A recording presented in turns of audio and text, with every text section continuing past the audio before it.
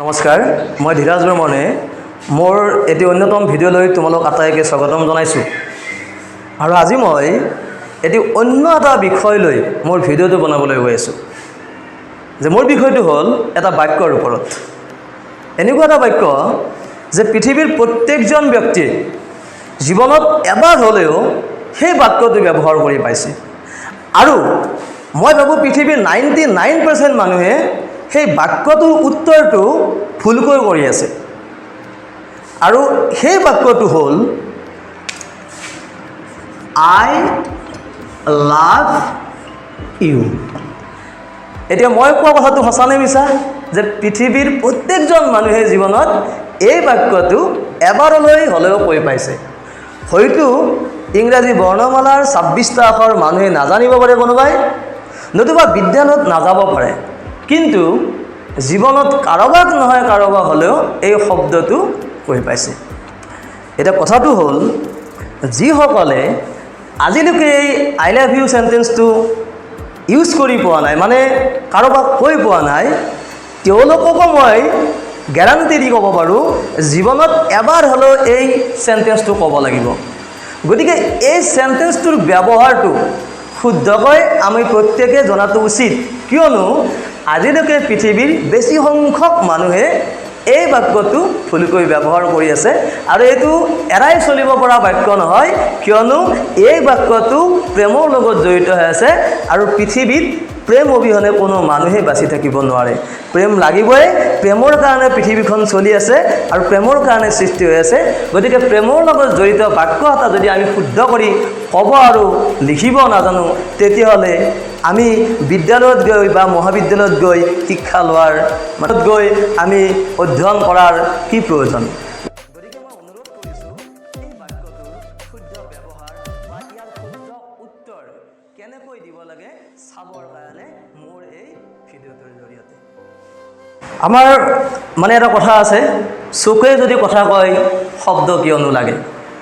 সঁচাকৈ চকুৱে কম সময়ত যিমান কথা ক'ব পাৰে, কোনো মানুহে মুখেৰে শব্দৰে সিমান সময়ত সিমান বেছি কথা ক'ব নোৱাৰে।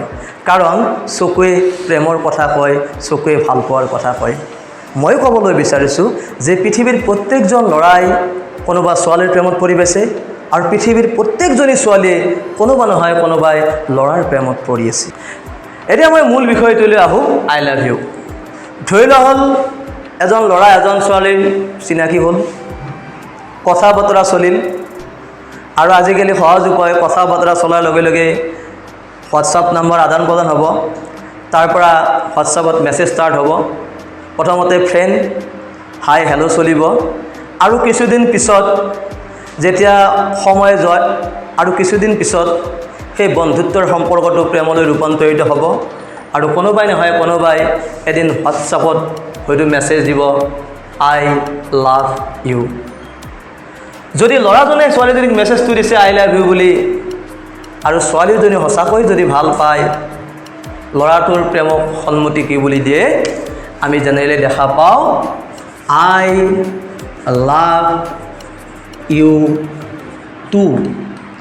এতিয়া কথাটো হ'ল ল'ৰাজনে প্ৰেম নিবেদন কৰিছিল আই লাভ ইউ, মই তোমাক ভাল পাওঁ, আৰু ছোৱালীজনীও বিচাৰিছিল উত্তৰ দিবলৈ ময়ো তোমাক ভাল পাওঁ। আৰু তাই এই আই লাভ ইউৰ যিটো উত্তৰ এনেদৰে দিছিল, আই লাভ ইউ টু বুলি। তাই ক'বলৈ বিচাৰিছিল ময়ো তোমাক ভাল পাওঁ। কিন্তু কথাটো কি হ'ল জানেনে? আই লাভ ইউ টুৰ মিনিং ময়ো তোমাক ভাল পাওঁ নহয়। ইয়াৰ মিনিংটো হ'ল মই এজন ফাল্টু, মই এজন ফাল্টু, মই এজন ঠকেবাজ। চাওক, এতিয়া কথাটো হ'ল যে পৃথিৱীৰ প্ৰত্যেকজন মানুহে এই বাক্যটোৰ উত্তৰ এনেকৈ দি আহি আছে, I love you, I love you, I love you, I love you too. ক'বলৈ বিচাৰে ময়ো তোমাক ভাল পাওঁ, কিন্তু তাৰ মিনিংটো হয় মই এজন ফাল্টু নাইবা মই এজন ঠকেবাজ। এতিয়া আই লাভ ইউ টুৰ অৰ্থটো মই এজন ধকেবাজ কেনেকৈ হয় তাক আমি প্ৰমাণ কৰি চাওঁ আহা। এতিয়া অসমীয়াত যিটো ও, ময়ো, আমো, ভাতো খাওঁ, আমো খাওঁ, ইয়াৰ ওটো ব্যৱহাৰ কৰিবলৈ ইংৰাজীত অলছো নাইবা টু ব্যৱহাৰ কৰা হয়। অলছো মানে ও, টু মানে ও। এতিয়া আমি অলছোটো ব্যৱহাৰ কৰোঁ ছাবজেক্টৰ পিছত ও ব্যৱহাৰ কৰিবলৈ আমি ব্যৱহাৰ কৰোঁ অলছো। ময়ো, যেতিয়া আমি ময়ো ব্যৱহাৰ কৰিম তেতিয়া ব্যৱহাৰ কৰিম আই অলছো। আৰু যদি অবজেক্টৰ পিছত ও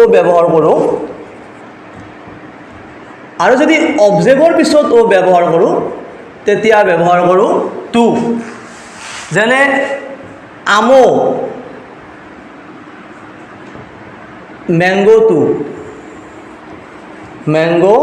টু, আধৰুৱা হৈ আছে বাক্যটো। এতিয়া যদি মই সম্পূৰ্ণ বাক্যটো এনেকৈ লিখোঁ,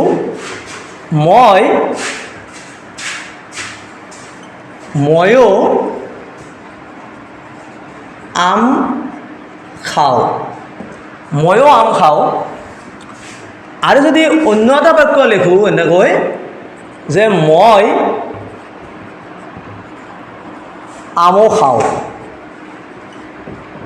এই বাক্য দুটা যিটো মিনিং বেলেগ বেলেগ। আৰু যদি আমি ইংৰাজীত ইয়াক ট্ৰেন্সলেট কৰোঁ তেতিয়াহ'লে এনেকৈ কৰিব লাগিব যে ময়ো আম খাওঁ, এইটো প্ৰেজেণ্ট ইনডিফিনিটৰ বাক্য, গতিকে ময়ো ছাবজেক্ট মই আই, যিহেতু ময়ো ছাবজেক্টৰ পিছত ও ব্যৱহাৰ হৈ আছে গতিকে কি আহিব আই অলছো ইট আ মেংগো, ময়ো আম খাওঁ। আৰু যদি আমি দ্বিতীয় বাক্যটো ইংৰাজীত অনুবাদ কৰোঁ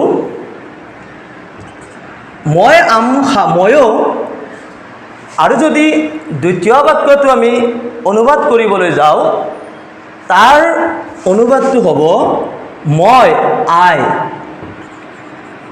it mango two.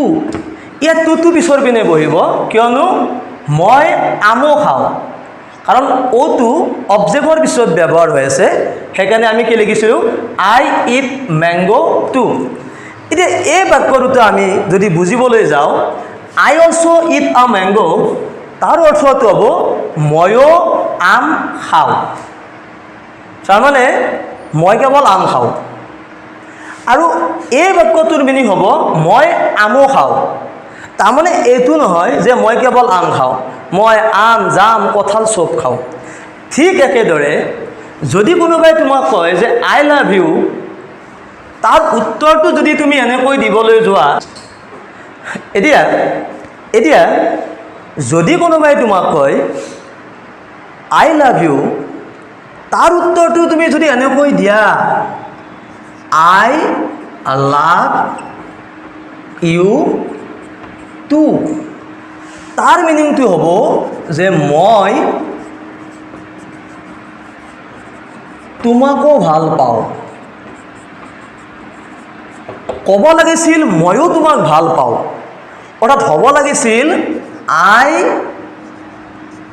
Also love you, ময়ো তোমাক ভাল পাওঁ, তাৰমানে মই কেৱল তোমাকে ভাল পাওঁ।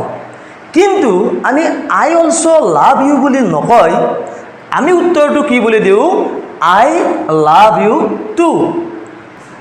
তাৰমানে মই কেৱল তোমাকে ভাল নাপাওঁ, মোৰ আৰু গাৰ্লফ্ৰেণ্ড আছে, হয়তো ইনষ্টাগ্ৰামত বেলেগকৈ আছে, ফেচবুকত বেলেগকৈ আছে, হোৱাটছআপত বেলেগকৈ আছে, ৰীনাকো ভাল পাওঁ, বীনাকো ভাল পাওঁ, ইলাকো ভাল পাওঁ। তাৰমানে কি মই তোমাকো ভাল পাওঁ মানে আল্টিমেটলি মই এজন ফাল্টু, মই ধকেবাজ, কাৰণ মোৰ বহুকেইজন গাৰ্লফ্ৰেণ্ড আছে। কিন্তু কথাটো তেনেকুৱা নাছিল, হ'ব লাগিছিল উত্তৰটো আই অলছো লাভ ইউ, ময়ো তোমাক ভাল পাওঁ, বুজাবলৈ গৈছিল সেইটোৱে, কিন্তু লিখি পেলালে যে আই লাভ ইউ টু, তাৰমানে মই ধকেবাজ।